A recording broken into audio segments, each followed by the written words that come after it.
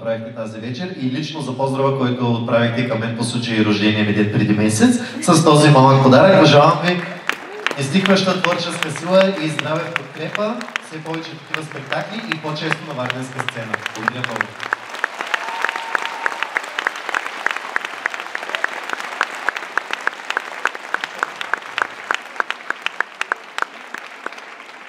Лепнал ма е някакъв грип, смятах да ходя до аптеката, сега се отказвам. Благодаря за подарък. Скъпи приятели, скъпи варненци, от няколко седмици сме подхванали една кампания, която наричаме световна инвазия на българския фолклор. Идеята на която е нашия фолклор да достигне до всички кътчета на планетата.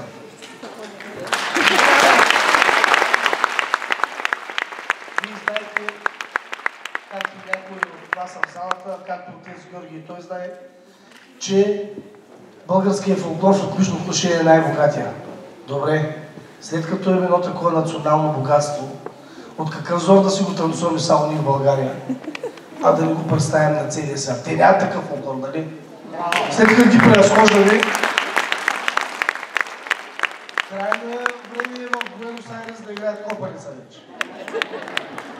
Заради това призовавам вас, младите хора, призовавам вас, всички българи, да се включим в тая мощна кампания, като се направим едно клипче как танцуваме български танц, качим го в интернет и кажем: аз харесвам българския танц, ама и на английски, защото дали е световна кампания.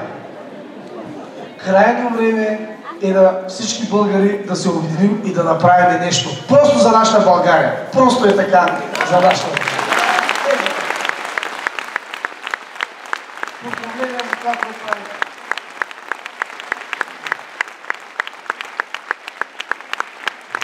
А на варненската публика обещаваме тази година да дойдем с целия ансамбъл и да направим спектакъл на последната нощ на Апостола съвсем скоро. След което ни очаквайте с новия спектакъл, който в момента работим и който се казва Осмото чудо, с който смятаме на целия свят да им покажем за какво става просто към България. Довиждане, до нови срещи! Обичаме! Аплодисменти за Крилото, браво!